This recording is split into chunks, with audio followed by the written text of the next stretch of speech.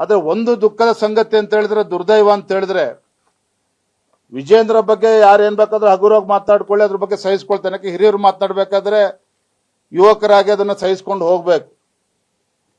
ಆದ್ರೆ ಈ ಪಕ್ಷ ಕಟ್ಟಿರ್ತಕ್ಕಂಥ ಒಬ್ಬ ಹೋರಾಟಗಾರ, ರೈತ ನಾಯಕ ಯಡಿಯೂರಪ್ಪನವ್ರ ಬಗ್ಗೆ ಮಾತನಾಡಬೇಕಾದ್ರೂ ಸಹ ಎಂತ ಕೀಳ್ಮಟ್ಟದ ಭಾಷೆನ ಪ್ರಯೋಗ ಮಾಡ್ತಾ ಇದ್ದಾರೆ. ಅವೆಲ್ಲವನ್ನೂ ಕೂಡ ನೋಡ್ಕೊಂಡು ಕೂರ್ತಕ್ಕಂಥದ್ದು ಅಪರಾಧನೇ. ಇವತ್ತು ಅನೇಕ ಹಿರಿಯರು ಕೂಡ ಕಳೆದ 1 ವರ್ಷದಿಂದ ನಿರಂತರವಾಗಿ ಯಡಿಯೂರಪ್ಪನವ್ರನ್ನ ತೇಜೋವಧೆ ಮಾಡ್ತಕ್ಕಂಥ ಕೆಲಸ ಆಗ್ತಾ ಇದೆ. ಯಡಿಯೂರಪ್ಪನವರಿಗೆ ಅವಮಾನ ಮಾಡ್ತಕ್ಕಂಥ ಕೆಲಸ ಮಾಡ್ತಾ ಇದ್ದಾರೆ. ಈ ಹೇಳಿಕೆಗಳೇನು ನೀಡ್ತಾ ಇದ್ದಾರೆ, ಯಾರೇ ನೀಡ್ತಾ ಇರ್ಬೋದು, ಆ ಹೇಳಿಕೆಗಳು ತಪ್ಪು, ಅದು ಸರಿಯಲ್ಲ, ಈ ರೀತಿ ಹೇಳಿಕೆ ಕೊಡಬೇಡಿ, ಕಾರ್ಯಕರ್ತರಿಗೆ ನೋವಾಗ್ತದೆ ಅನ್ನುವುದು ಒಂದು ಬಾರಿನೂ ಕೂಡ ಯಾರು ಕೂಡ ಅವ್ರಿಗೆ ಹೇಳ್ತಕ್ಕಂಥ ಪ್ರಯತ್ನನೂ ಕೂಡ ಮಾಡದೇ ಇರ್ತಕ್ಕಂಥದ್ದು ದುರ್ದೈವ ಅಂತೇಳಿ ಸಂದರ್ಭ ಹೇಳೋದಕ್ಕೆ ಇಚ್ಛಪಡ್ತೇನೆ. ಆದ್ರೆ ಒಂದ್ ಮಾತನಾಡಿ ಸಂದರ್ಭ ಸ್ಪಷ್ಟಪಡಿಸ್ತೇನೆ.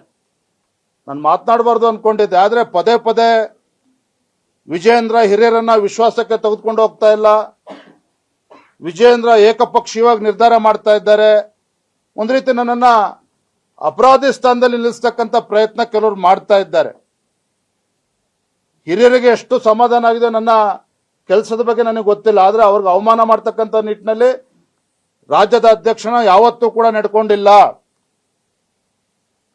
ರಾಜ್ಯದ ಅಧ್ಯಕ್ಷ ಅಂತಕ್ಕಂಥದ್ದು ಜವಾಬ್ದಾರಿ.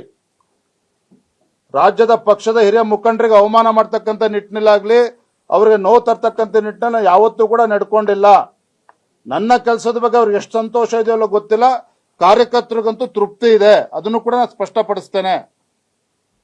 ಆದ್ರೆ ಪದೇ ಪದೇ ಈ ರೀತಿ ಒಂದು ಕಡೆ ಅಂತ ಭ್ರಷ್ಟ ಕಾಂಗ್ರೆಸ್ ಸರ್ಕಾರದ ವಿರುದ್ಧ ಹೋರಾಟವನ್ನ ಮಾಡೋ ಬದಲು ಈ ರೀತಿ ನಮ್ಮಲ್ಲಿ ಹೇಳಿಕೆಗಳನ್ನ ಕೊಡ್ತಕ್ಕಂಥದ್ದು. ಮನೆದಿನ ನಾನು ಶಿಕಾರಿಪುರಕ್ಕೆ ಹೋಗಿದ್ದೆ. ಮದುವೆ ಮನೆಗಳಲ್ಲಿ ಪಾಪ ಹೆಣ್ಮಕ್ಳು ಕೇಳ್ತಾರೆ, ಏನಾದ್ರೂ ಮಾಡಿ ಸರ್ ದಯವಿಟ್ಟು ನಿಮ್ಮ ಪಕ್ಷದ ಗಲಾಟೆ ನಿಲ್ಲಿಸಿ ಅಂತೇಳಿ. ಅಂದ್ರೆ ಕಾರ್ಯಕರ್ತರ ಮನಸ್ಸಿನಲ್ಲಿ ಯಾವ ರೀತಿ ಅಭಿಪ್ರಾಯಗಳಿದೆ ಅನ್ನೋದನ್ನು ಕೂಡ ಅರ್ಥ ಮಾಡ್ಕೋಬೇಕಾಗ್ತದೆ. ಯಾಕಂದ್ರೆ ವಿಜೇಂದ್ರಂಗ ಅವಮಾನ ಮಾಡಲಿ, ಆದ್ರೆ ಕಾರ್ಯಕರ್ತರು ಅವಮಾನ ಮಾಡ್ತಕ್ಕಂಥ ಅಧಿಕಾರ ನನಗೂ ಇಲ್ಲ, ಯಾರಿಗೂ ಕೂಡ ಇಲ್ಲ. ತಮ್ದು ಏನೇ ಅಭಿಪ್ರಾಯಗಳಿದ್ರು ಕೂಡ ನಾನು ಹಲವಾರು ಬಾರಿ ಹೇಳಿದ್ದೇನೆ, ಪಕ್ಷದ ವರಿಷ್ಠರಲ್ಲಿ ಹೇಳ್ಕೊಳ್ಳಿ, 4 ಗೋಡೆ ಮಧ್ಯೆ ಮಾತಾಡ್ಲಿ. ಅದೇ ಈ ರೀತಿ ದಿನ ಬೆಳಗಾದ್ರೂ ಈ ರೀತಿ ಹೇಳ್ತಕ್ಕಂಥದ್ದು ಅವರ ಒಂದು